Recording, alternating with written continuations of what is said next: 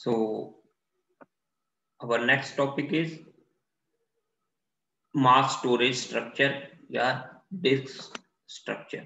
तो इसमें हमारे पास क्या है, जैसे इस डायग्राम में आपको ये विजिबल है, हमारे पास ये डिस्क का स्ट्रक्चर है।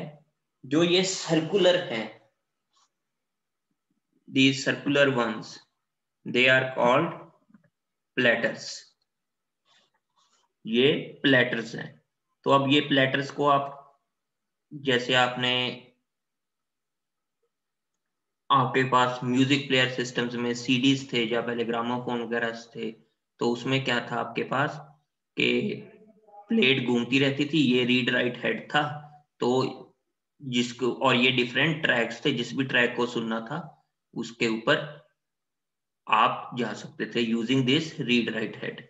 ये जो स्पिंडल है ये रोटेट करेगी, ये रोटेट करेगी किसके लिए, ताकि आप एक पर्टिकुलर सेक्टर पर जा सकें। What is sector, what is track and what is cylinder, हम उसको ध्यान से देखते हैं। और एक बात और कि आप ये देख रहे हो कि हर प्लेटर में ये दो हेड हैं।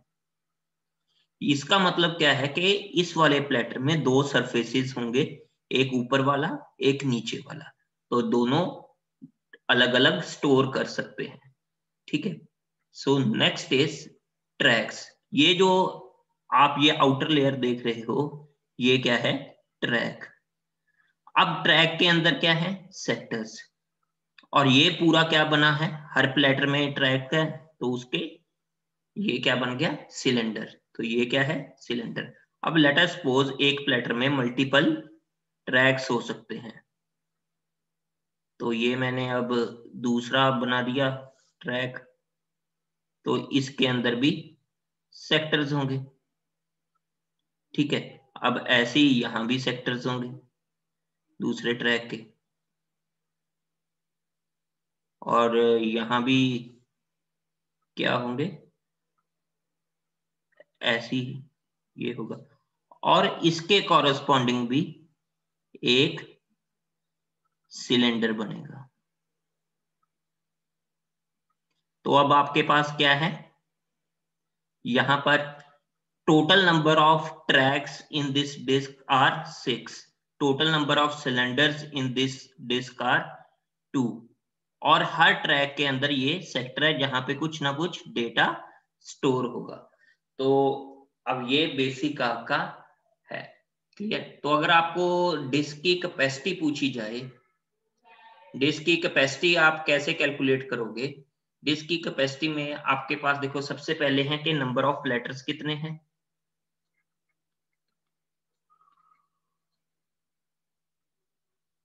Into surfaces. अगर क्वेश्चन में गिवन है तो आपको सरफेसेस मल्टीप्लाई करने होंगे।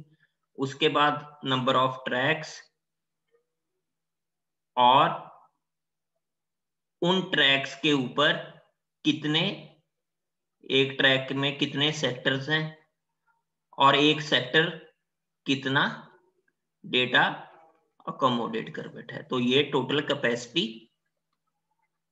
उसकी हो जाएगी। ठीक है। देखो कई बार क्वेश्चन में प्लेटर्स नहीं दिया होता, कई बार क्वेश्चन में किस तरह से दे दिया होता है कि आपके पास नंबर ऑफ सिलेंडर्स दे दिए जाते हैं। ठीक है।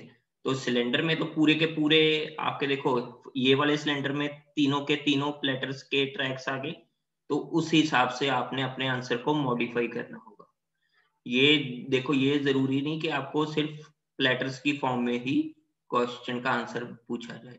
अब अगर नंबर ऑफ, उन्होंने बोल दिया कि नंबर ऑफ सिलेंडर्स आर 3, तो आप कैसे करोगे, नंबर ऑफ सिलेंडर्स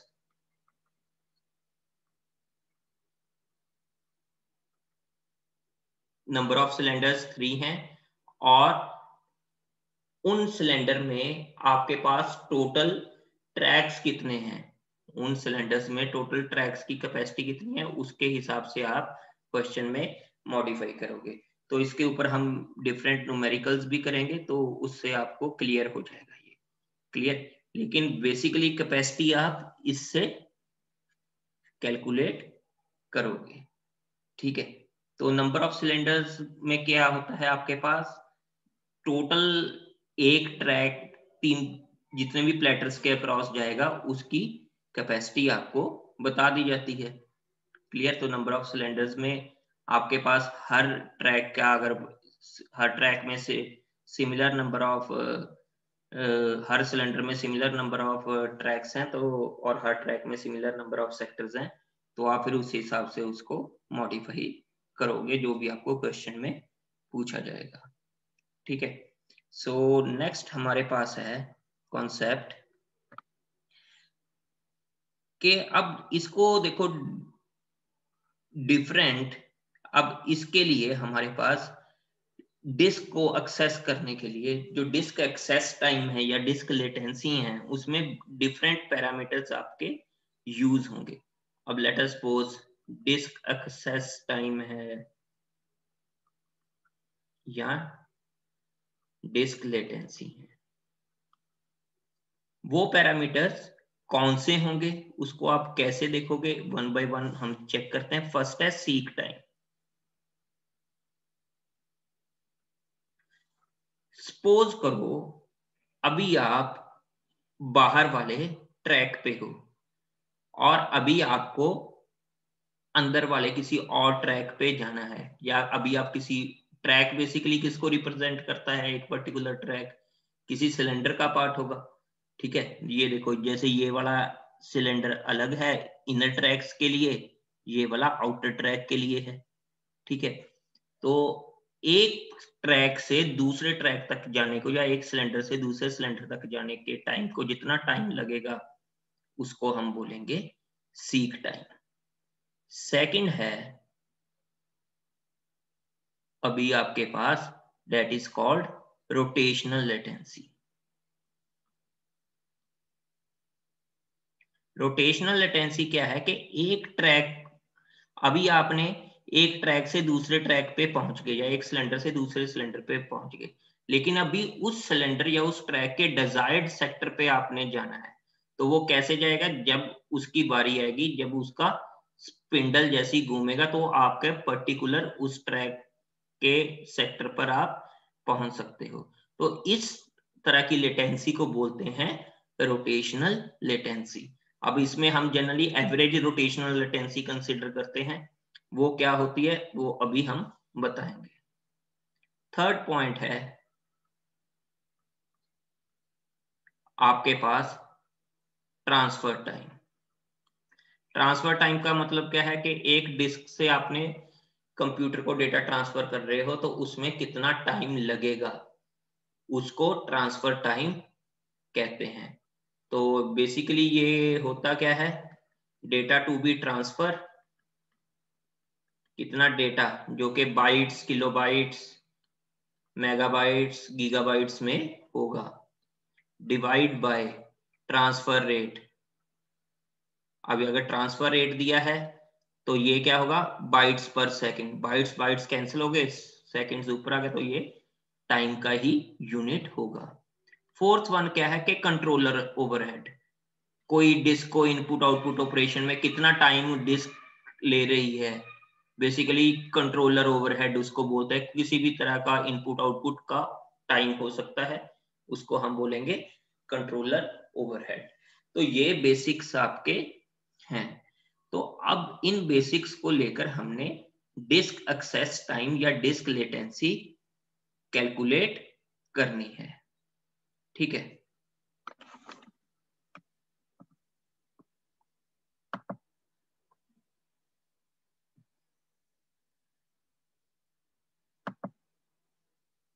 सो अभी हमारे पास देखो ये दिया हुआ है इसमें डिफरेंट। अब इसके थ्रू आप ये एवरेज रोटेशनल, आपको रोटेशन पर मिनट हुए दिए हुए हैं, इसके कॉरस्पॉन्डिंग ये आप एवरेज रोटेशनल लेटेंसी कैसे कैलकुलेट करते हो उसके बारे में मैं इसका दिखा देता हूं, बाकी सारे भी आप ऐसे ही कैलकुलेट कर लेना। तो लेट अस सपोज इसमें हमारे पास रोटेशन पर मिनट, एक रोटेशन एक मिनट में कितनी रोटेशंस होंगी, डेट इज 4200 हमें दिया हुआ है। तो रोटेशन पर सेकंड अगर मैंने कैलकुलेट करनी हो तो 4200 डिवाइड बाय 60। क्लियर? तो अगर मैंने रोटेशन पर मिली सेकेंड्स कैलकुलेट करनी हो यहाँ पे, क्योंकि ये मिली सेकेंड्स दिया हुआ है, तो 4200 divided by 60 into 10 raise to power 3। Clear? तो उतनी मेरे पास वो आ जाएंगी। तो ये इससे कैलकुलेट हो गया, और यहां पर आपके पास क्या आ गया,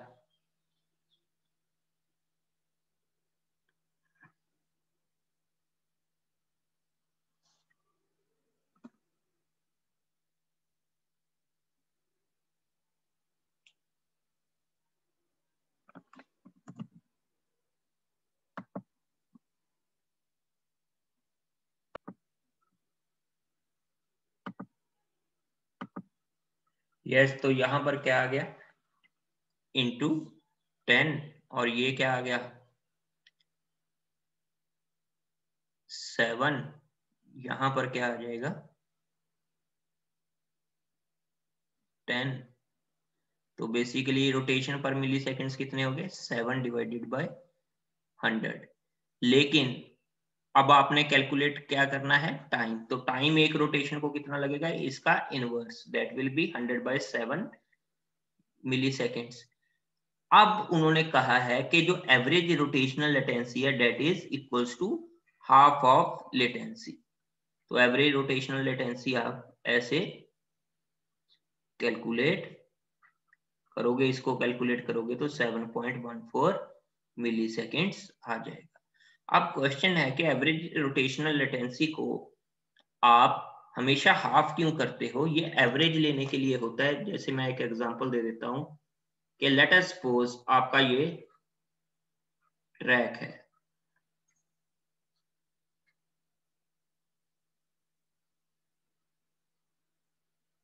ये 0 है, ये 1 है, ये 2 है, ये 3 है, ये 4 है, ये 5 6 7 8 9 और ये 10। तो टोटल 11 सेक्टर्स आर देयर। और करंटली जो आपका रीड राइट हेड है स्पिंडल से, ये अगर स्पिंडल है तो वो 0th पर है। तो अभी अगर आपने सीक टाइम किया और आपने 0th सेक्टर को ही रीड करना था, तो जो आपकी रोटेशनल लेटेंसी है वो कितनी होगी, 0। ठीक है, मतलब रोटेशनल लेटेंसी नहीं, मतलब उस 0 सेक्टर को एक्सेस करने के लिए। अगर मैंने हर सेक्टर को एक्सेस करने के लिए अब एक एक टाइम यूनिट लगेगा। अब 0 से 1 तक वो घूमा, अगर इस डायरेक्शन में घूम रहा है तो 1। अगर 1 से अगर 0 से 2 तक उसने जाना होता तो कितना टाइम लगता, 2। अगर 3 तक जाना होता तो 3, एंड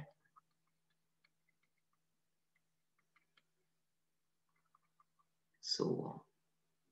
ठीक है, अब इसको डिवाइड, एवरेज क्या होगी इसकी, 11 करोगे तो कितना आएगा, 55 डिवाइड बाय 11। तो आंसर आ जाएगा 5। तो टोटल कितना टाइम लगना था इसको, रोटेशनल लेटेंसी को, अगर एक एक यूनिट ही देखते पूरा चक्कर घूमने में, तो एक टाइम यूनिट ही लग रहा था, तो कितना लगता 10 पूरा उसको करने के लिए। ठीक है, तो टोटल टाइम इसको लगा 10। तो एक 0 से लेके 10 तक के लिए, तो आप उसका जनरली हाफ ले लेते हो, क्योंकि इससे आपकी एवरेज रोटेशनल लेटेंसी आएगी।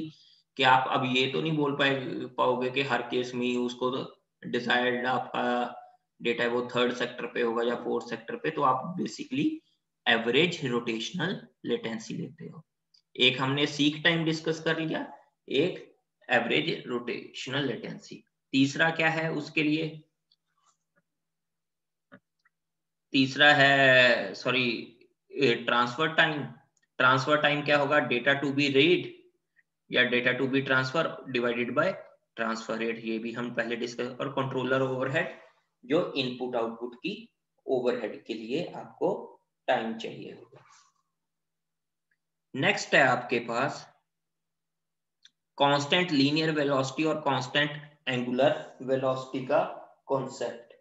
तो अब ये कॉन्सेप्ट देखो, दिए हुए हैं, बुक में भी आपके दिए हुए हैं, तो जनरली स्टूडेंट्स इसमें कंफ्यूज हो जाते हैं। देखो हम बड़े सिंपल इसमें करेंगे कि जो कांस्टेंट लीनियर वेलोसिटी है उसका मतलब क्या है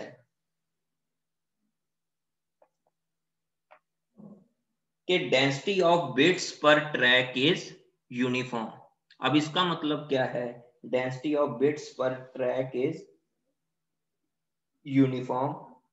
सो इसका मतलब है कि आपके पास यहाँ पे दो ट्रैक्स हैं, एक इनर ट्रैक है, ठीक है, एक आउटर ट्रैक है। तो जो इनर ट्रैक है ये वाला, ये क्या कर रहा है, इसका जो एरिया होगा वो कम होगा।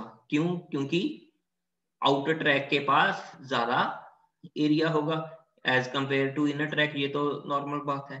तो इसकी जो स्टोरेज कैपेसिटी भी होगी जनरली वो कम होगी। तो अब टू आप एक बार में एक ट्रैक में एक ही जितना डेटा को रीड करना चाहते हो, तो आपकी जो स्पिंडल की रोटेशन होगी वो जब इनर ट्रैक पे आएगी तो वो ज्यादा तेज मूव करेगा एज कंपैरिजन टू जब आउटर ट्रैक पे आएगी। तो लेट अस सपोज अब यहाँ पर तो डेटा आपका ज्यादा स्टोर होगा, यहाँ पे कम, लेकिन अगर ये ज्यादा तेज इनर ट्रैक में घूमेगा तो पर सेकंड वो उतना ही डेटा उसको रीड करे जितना आउटर ट्रैक पे करे, ताकि एक रोटेशन पे डेटा सेम सा रीड हो। तो नेक्स्ट है एक कॉन्सेप्ट कांस्टेंट एंगुलर वेलोसिटी। उसमें क्या कहा गया है कि भले ही के बाहर वाले ट्रैक पे डेटा ज्यादा स्टोर हो सकता है, लेकिन आप उसमें डेटा कम स्टोर करोगे और स्पिंडल की जो रोटेशन स्पीड है वो रखोगे सेम, ताकि इनर ट्रैक और आउटर ट्रैक में दोनों में सेम डेटा ही स्टोर किया जा सके। तो कांस्टेंट लीनियर वेलोसिटी आपकी ज्यादातर सीडी रोम डीवीडी रोम में यूज की जाती है, ठीक है। सो ये आपका कॉन्सेप्ट हो गया कांस्टेंट लीनियर वेलोसिटी और कांस्टेंट एंगुलर वेलोसिटी का। अब कुछ न्यूमेरिकल्स देखेंगे हम, ठीक है। एक दो न्यूमेरिकल तो एक लेक्चर और में भी मैंने करवा दिए हैं रिगार्डिंग कैपेसिटी, तो यहाँ पर हम कुछ और न्यूमेरिकल्स देखते हैं। A manufacturer wants to design hard disk drive with capacity of 24 GB।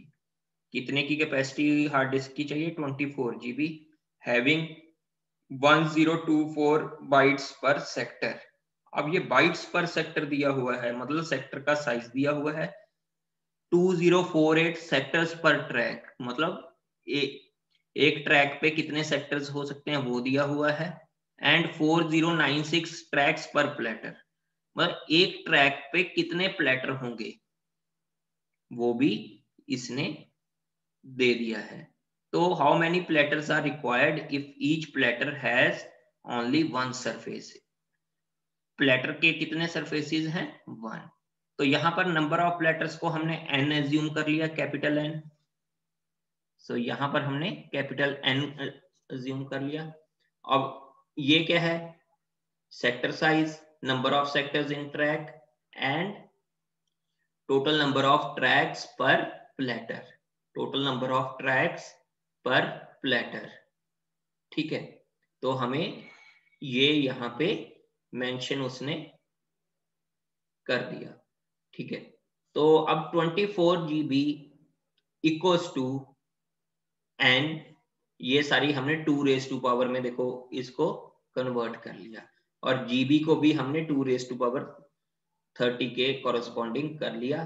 तो इससे कितने नंबर ऑफ लेटर्स निकल कर आ गए आपके? 3। क्लियर, सिंपल न्यूमेरिकल था ये।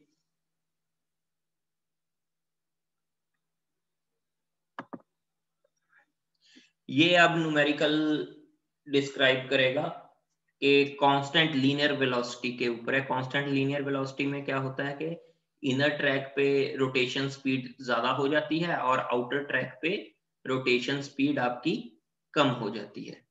तो ये न्यूमेरिकल बेसिकली उसी को इलस्ट्रेट कर रहा है। तो इसमें हम देखेंगे कि आप इस न्यूमेरिकल को कैसे सॉल्व कर सकते हो on the basis of constant linear velocity. अब आपके पास यहां पर इसने क्या क्या है, a DVD drive works on constant linear velocity, the rotational speed of disk varies from 1600 RPM. तो यहां पर इसने क्या कर दिया, 1600 रोटेशन पर मिनट इनर ट्रैक का है, और देखो आउटर ट्रैक का इससे कम होना था, क्योंकि कॉन्सेप्ट क्या है, कांस्टेंट लीनियर वेलोसिटी। मतलब दो ही ट्रैक्स हैं। assume dvd read rate equals to 1.35, find the capacity of inner and outer track। तो यहां पर इसने क्या बोला है हमारे पास, रीड स्पीड क्वेश्चन में मेंशन है यहाँ पे, तो रीड स्पीड 1.3 मेगाबाइट पर सेकेंड, रोटेशन इतने पर मिनट थी, इतने पर सेकंड आ गई, तो रोटेशनल टाइम कितना लगा, 6/160 seconds. Capacity of inner track कितनी होगी, तो एक बार में वो कितना डेटा को रीड कर सकता है, इतना, एक रोटेशन में, ठीक है। तो वही हमने यहाँ पर इसको एमबी की जगह पर केबीज में लिख दिया। तो वही हम देखेंगे कि कितना, ये कितना था 1.35 MB। एक MB में हमने यहाँ पर देखो, अगर उसको अज्यूम कर लिया कि मेगाबाइट में हमने 1000 आपके किलोबाइट्स होंगे, तो यहाँ पर 15350 आएगा वैसे मेरे हिसाब से। तो इसको उसी तरह से आप देख सकते हो। ऐसी दूसरे वाले में हमने क्या किया, उसमें भी हमने उल्टा करके उसका ऐसी निकाल लिया है, ठीक है। इसको एक बार चेक कर लेना कि अभी कर ही लेते हैं कि 6/160 सेकेंड्स। अब इसको आपने कैपेसिटी निकालनी है, तो 6/160 इंटू 1.35, ये किस में आएगा आपका, मेगाबाइट्स में। इतना आंसर भी लिख सकते हो अगर केबीस में पूछा है तो, इंटू 10⁻³ तो ये 1350 हो जाएगा, यहाँ पर भी फिर ये 1350 ही आएगा।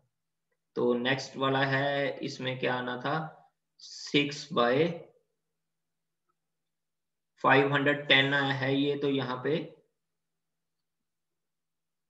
51 आना था, ठीक है। 6/150 35।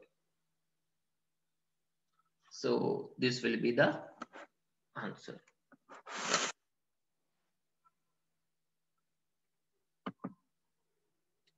अब क्वेश्चन देखते हैं क्या है। ए डिस्क हैज 4096 बिट पर सेक्टर। अब यहाँ पे क्या लिखा हुआ है, बाइट्स पर सेक्टर नहीं, बिट पर सेक्टर लिखा है। एंड 1024 सेक्टर्स पर track with RPM of 7200। What is the transfer rate. तो ट्रांसफर रेट कैलकुलेट करना है, तो कैपेसिटी ऑफ ट्रैक कितनी होगी, डिस्क की नहीं, ट्रैक की। तो हमने 4 मेगा बिट, ये मेगा बिट है क्योंकि यहाँ पर बिट था। रोटेशन स्पीड हमने 7200 थी, तो उसको सेकंड्स में कन्वर्ट किया तो इतनी आ गई। तो डाटा ट्रांसफर रेट कितना होगा, रोटेशन स्पीड से आप उसको मल्टीप्लाई कर दो, ठीक है। तो उतना आपके पास डेटा ट्रांसफर रेट आ जाएगा। क्लियर। क्योंकि यहाँ पर देखो आपको क्या है, इसके यूनिट्स क्या थे,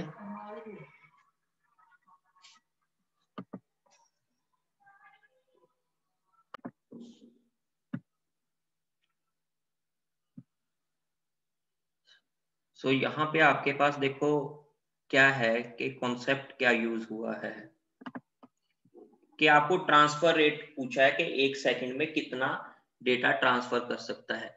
तो एक सेकंड में वो एक ट्रैक को ही ज्यादा से ज्यादा वो आप रीड करने को देखोगे, तो रोटेशन पर सेकंड उसका निकाला, और कितना उसकी उसने आपने ट्रैक की कैपेसिटी थी। लेट अस सपोज आपके पास ऐसा है, अब एक बार में आप कोई एक ही ट्रैक स्पिंडल के ऊपर रीड राइट हेड से, क्योंकि रीड राइट हेड या तो आगे को मूव करेगा या पीछे को। अगर पीछे को मूव कर रहा है तो आउटर ट्रैक वो रीड कर रहा है, या आगे को मूव कर रहा है तो इनर ट्रैक मूव रीड कर रहा है। अगर वो ये वाला ट्रैक रीड कर रहा है तो जो रोटेशन पर मिनट है वो क्या बता रही है कि पूरी रोटेशन को कितना टाइम लगा। क्लियर। और कैपेसिटी ऑफ ट्रैक क्या बता रहा है कि पूरे ट्रैक की कैपेसिटी कितनी है, कितने इसके अंदर सेक्टर्स हैं, उनके अंदर कितना डेटा है, उसकी कैपेसिटी इसने बता दी। तो इसके ऊपर लेट अस सपोज इस केस में आपके पास 4 मेगाबाइट था और रोटेशनल स्पीड कितनी थी 120 रोटेशन पर सेकंड। अब यहां पर इसका मतलब क्या है कि आपके पास 4 megabyte divided sorry multiply by 120 rotation पर सेकंड। तो इसको मल्टीप्लाई करने से आपके पास यूनिट क्या बनेंगे मेगाबिट पर सेकंड, जो कि क्या होगा आपका रेट, एक सेकंड में कितना डेटा आप रीड कर सकते हो। वो एक सेकंड में कितना कर सकते हो जितना एक सेकंड में आपके पास रोटेशन स्पीड है और उसमें कितने ट्रैक को आप कवर कर रहे हो, तो उसके हिसाब से आपके पास ये आंसर आया। नेक्स्ट है, ये देखो EST का क्वेश्चन था आपके पास, तो मैंने उसी की पिक्चर ली है, ये इंसर्ट की है। Consider a typical disk that rotates कितनी एट 15,000 रोटेशंस पर मिनट। तो ये कितनी रोटेशंस एक सेकंड में एक मिनट में करती है 15,000 rotations per minute and has a transfer rate of 50 into 10 raised to power 6 bytes per second. Transfer rate हमें दिया गया है average seek time of the disk is twice the average rotational delay and the controller transfer time is 10 times the। तो अब हमें क्या करना है एवरेज टाइम टू रीड और मतलब एवरेज हमें डिस्क एक्सेस टाइम कैलकुलेट करना है या डिस्क लेटेंसी। तो स्टार्टिंग में जो हमने फॉर्मूला किया था या डिस्कस किया था वो क्या था कि seek time plus average rotational latency plus क्या था आपके पास transfer time plus controller overhead. अब इसमें चारों का डिस्कस है। कई बार क्या होता है कि कंट्रोलर ओवरहेड नहीं गिवन होता तो आप उसको इग्नोर कर सकते हो, लेकिन यहाँ दिया है तो हमें करना पड़ेगा। तो यहाँ पर हमें गिवन क्या है 15,000 रोटेशन पर मिनट। तो अगर ये गिवन है तो हमारे पास क्या निकल के आ सकता है एवरेज रोटेशनल लेटेंसी। तो in terms of milliseconds हमने देखना है सारी, चलो हम उसको करते हैं, पहले इसको सेकेंड्स में कन्वर्ट कर लेते हैं। 15,000 मिली सेकेंड्स में अगर करना हो तो रोटेशन पर सेकंड, तो यहाँ पर हम रोटेशन पर मिली सेकेंड्स करेंगे तो कितना आएगा डिवाइडेड बाय 60 इंटू 1000। ठीक है, तो ये इससे कैंसल आउट हो जाएगा। तो इतना आपके पास रोटेशन पर मिली सेकेंड्स होगी, रोटेशंस पर मिली सेकेंड्स इतनी बन गई। तो एक मिली, तो टाइम कितना लगा, time in milliseconds for one rotation कितना लगा 60 divide by 15 that is 4 milliseconds. तो रोटेशनल लेटेंसी कितनी आ गई 4 मिली सेकेंड्स। तो एवरेज रोटेशनल लेटेंसी क्या होती है half into rotational latency, that means average rotational latency कितनी आ गई 2 मिली सेकेंड्स। तो एवरेज रोटेशनल लेटेंसी अब यहाँ पर 2 मिली सेकेंड्स है। Seek time is twice the average rotational time. तो सीक टाइम कितना आ गया यहाँ पे 4 मिली सेकेंड्स। अब क्या है ट्रांसफर रेट इन्होंने दे रखा है, हमें ट्रांसफर रेट इन्होंने दिया हुआ है। तो बेसिकली आपके पास ट्रांसफर रेट दिया है और आपने डेटा कितना ट्रांसफर का करना है 512। तो 512 को आपने रीड राइट हेड मतलब जो भी है उसका ट्रांसफर टाइम कितना होगा that is data to be transfer divide by transfer rate. तो बड़ा सिंपल सा ये क्वेश्चन था। तो इसमें डेटा टू बी ट्रांसफर इसमें सीधा सीधा दिया हुआ है 512 डिवाइड बाय 50 इंटू 10⁻⁶। तो ये किस में आया? सेकंड्स में। इतने तो सेकंड्स लगे। अब इसके कॉरस्पॉन्डिंग आपने क्या निकालना है? मिली सेकंड्स में निकालना है। तो 10⁻³ करोगे आप। तो इसको अगर इससे करोगे तो यहाँ पे 10⁻³ आ जाएगा। तो ये क्या बन जाएगा? 512 डिवाइड बाय 50,000 मिली सेकेंड्स। तो ये अराउंड कितना बनेगा आपके पास? इसको कैलकुलेट करोगे डिवाइड बाय 50,000, ये बनेगा आपके पास 0.01024 मिली सेकेंड्स। ठीक है। तो लास्ट कंट्रोलर ट्रांसफर टाइम क्या है? 10 times the disk transfer time. तो इसको मैं ऐसे भी लिख सकता हूँ 0.01, अगर दो प्लेसेस तक लिखना हो, मिली सेकेंड्स। तो कंट्रोलर ओवरहेड कितना होगा या कंट्रोलर टाइम? इसका 10 multiply by 0.1 milliseconds, that is 0.01, sorry, that is 0.1 milliseconds. तो टोटल कितना आएगा टाइम आपका? 4 सीक टाइम था, 2 average rotational latency, transfer time is 0.01 and controller time is 0.1। तो आपके पास ये आ जाएगा 6.11 मिली सेकेंड्स अप्रोक्सीमेटली, अगर 2 डेसिमल प्लेसेस तक हमने देखना है। तो ये इसका इस न्यूमेरिकल का आंसर हुआ। नेक्स्ट है, consider the disk pack with a seek time of 4 milliseconds and a rotational speed of 1000 rotations per minute. It has 600 sectors per track and each sector can store 512 bytes of data.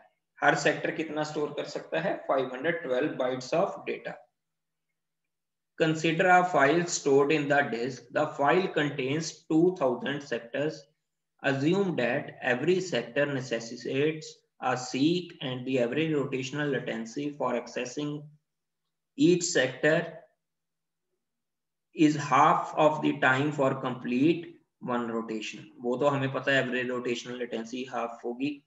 तो इसमें हमें आगे इसका answer बताना है। तो अब इसका आंसर बताने के लिए देखो यहाँ पर ए आंसर है, तो लेकिन हमारे पास दिया क्या हुआ है? डेटा जो गिवन है, सीक टाइम 4 मिली सेकेंड्स, रोटेशनल स्पीड इसने दी हुई है 10,000 रोटेशंस पर मिनट। अब इसको रोटेशंस पर मिली सेकेंड्स आप कन्वर्ट कर लो, तो रोटेशंस पर मिनट है, रोटेशंस पर मिली सेकेंड्स कितने होंगे? इतने। तो ये इससे कैंसिल हो गए, ये इससे, और इसको अगर आप कैलकुलेट करोगे ये कितना टाइम आएगा आपके पास? 6, ये तो इतने रोटेशंस पर मिली सेकेंड्स हो गए। डेट इंप्लॉइज एक रोटेशन को कितना टाइम लगेगा? इसका इनवर्स 6 मिली सेकेंड्स। तो एवरेज रोटेशनल लेटेंसी कितनी होगी?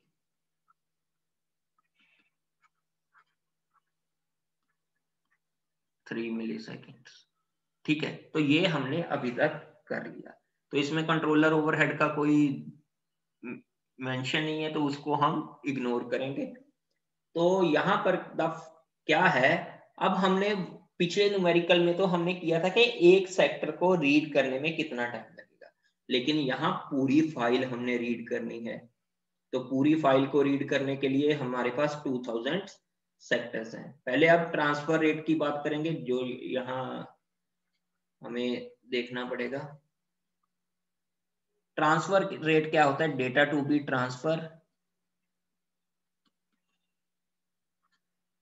सॉरी ट्रांसफर टाइम था, डिवाइडेड बाय ट्रांसफर रेट। अब डेटा टू बी ट्रांसफर कितना है? यहां पर 512 बाइट्स ऑफ डेटा इसने मेंशन किया है। तो 512 यहाँ पे क्या है आपके पास? एक सेक्टर का, और 600 सेक्टर्स पर ट्रैक है, 600 सेक्टर्स पर ट्रैक है। तो अब आपने ट्रांसफर रेट कैलकुलेट करना है। तो ट्रांसफर रेट कैलकुलेट कैसे करोगे? 600 सेक्टर्स पर ट्रैक आपको मेंशन है। तो एक ट्रैक की कैपेसिटी कितनी होगी? Divided by rotational latency. ठीक है, यहाँ आप बोल दोगे रोटेशंस पर मिनट, मैंने सीधा रोटेशनल लेटेंसी मिली सेकेंड्स में आपके पास हमारे पास कैलकुलेट है। तो ट्रैक कैपेसिटी कितनी है? ट्रैक कैपेसिटी है 600 into 512 divided by rotational latency कितनी आई थी हमारे पास? 6। क्लियर? सो ये आपके पास आ गई 100 इंटू 512। ठीक है, तो ये इतना तो आपके पास आ गया।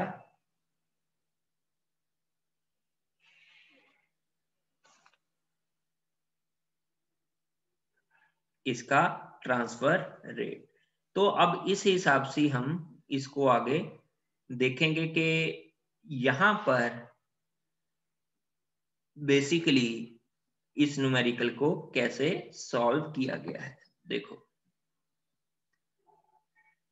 वही इसने यहां पर 600 इंटू 512 डिवाइडेड बाय मिली से 6 मिली सेकेंड्स। तो ये आ गया टोटल बाइट ट्रांसफर टाइप क्या है?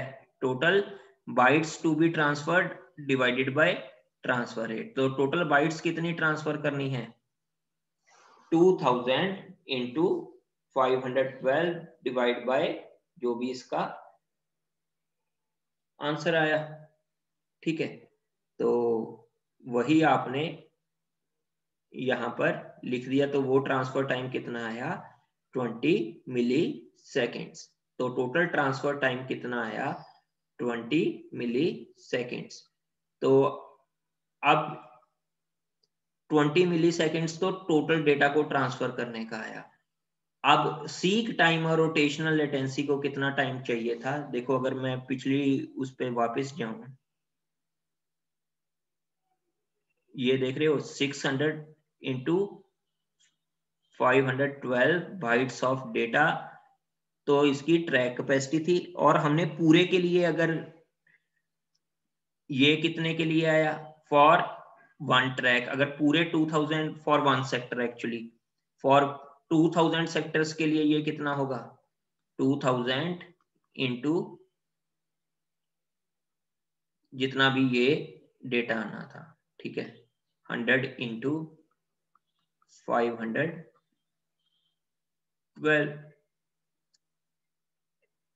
ये आपके पास इतना ट्रांसफर रेट आ जाना था। ठीक है, जैसे कि यहां पर शो किया गया है।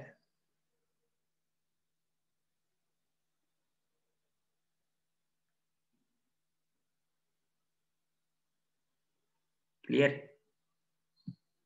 ये एक्चुअली ट्रांसफर रेट नीचे आना था, तो हमने इसको उस तरह से देखेंगे। तो दोबारा से करते हैं इसको। मुझे लगता है यहाँ पे थोड़ी सी प्रॉब्लम हो गई। डाटा टू बी ट्रांसफर, तो डेटा कितना ट्रांसफर किया हमने? 600 इंटू 512 इंटू 2000। तो डेटा हमने कितना ट्रांसफर किया? ये, और डिवाइडेड बाय ट्रांसफर रेट आना था, तो ट्रांसफर रेट में ये टोटल कैलकुलेट होना था। दोबारा से इसको लिखते हैं, यहीं पर देख लेते हैं इसको, वरना देखो ये कैसे आया ट्रांसफर रेट। ट्रांसफर रेट क्या होता है, ट्रैक कैपेसिटी कितनी है आपकी 600 into 512 divided by rotational latency, तो जितना भी आ गया ये आप उतना ट्रांसफर रेट आ गया। अब ट्रांसफर टाइम क्या होगा, टोटल बाइट्स कितनी थी, वैसे तो आपका 512 एक सेक्टर की थी, लेकिन हमने 2000 सेक्टर्स का करना है, तो ये आपको ऐसा करना पड़ेगा डिवाइडेड बाय जितना ये है, तो ये कितना है 600 इंटू 512 डिवाइड बाय इंटू 6, तो ये कितने इक्वलेंट आ गया आपका 20 मिली सेकेंड्स की। तो अब क्या है कि आपने ट्रांसफर रेट कितने सेक्टर्स का निकाल लिया 2000 सेक्टर्स का, लेकिन जो आपका सीक टाइम और रोटेशनल लेटेंसी थी वो आपने कितने की निकाली है, अभी वो तो उतने की निकाली नहीं, तो उसको आपको या तो देखो उसको आपको 4 + 3 7 मिली सेकेंड थी, तो 2000 के लिए 14000, तो ये कितना आया था 20, तो पूरा करोगे तो 14020 आ जाएगा। तो ये आपके पास एक इसका सोल्यूशन है। इस सोल्यूशन को देखो दोबारा से अगर डिस्कस करना है तो हम कर लेते हैं।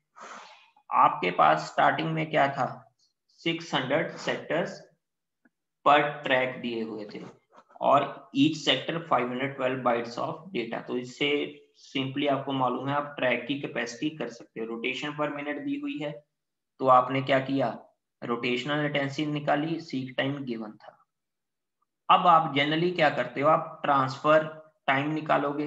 अगर ट्रांसफर टाइम निकालोगे तो किसका निकालोगे आप ट्रांसफर टाइम, एक डेटा को एक्सेस के लिए कितना टाइम लगेगा, ठीक है, तो जो भी उसको टाइम लगा फिर आपने 2000 से मल्टीप्लाई कर दिया। क्यों किया 2000 से मल्टीप्लाई, क्योंकि फाइल में कितने सेक्टर्स हैं 2000, आपको किसका करना है कैलकुलेट एंटायर फाइल का, तो आपने उसको कैलकुलेट किया, फिर जो भी 7 आया उसको भी 20 से मल्टीप्लाई कर दिया। देखो ये तो वही बात हुई ना, अगर मैं इसको नॉर्मली अभी इस वे में भी सॉल्व करूं,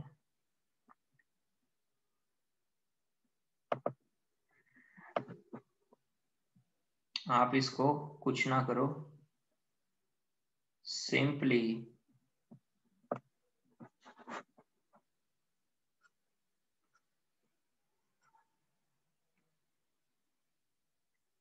यहां तक हमें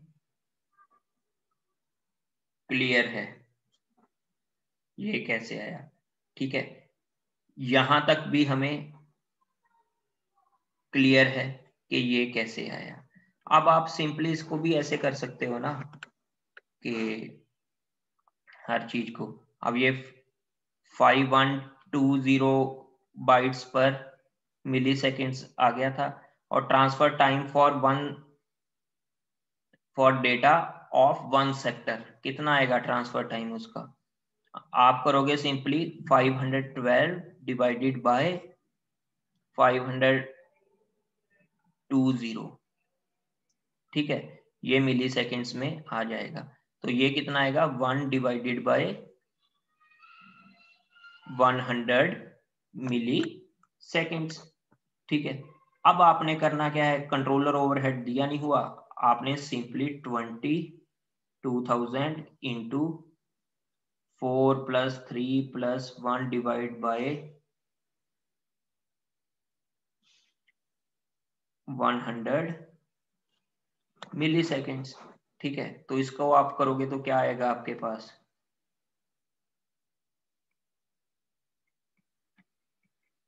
8000 + 6000 +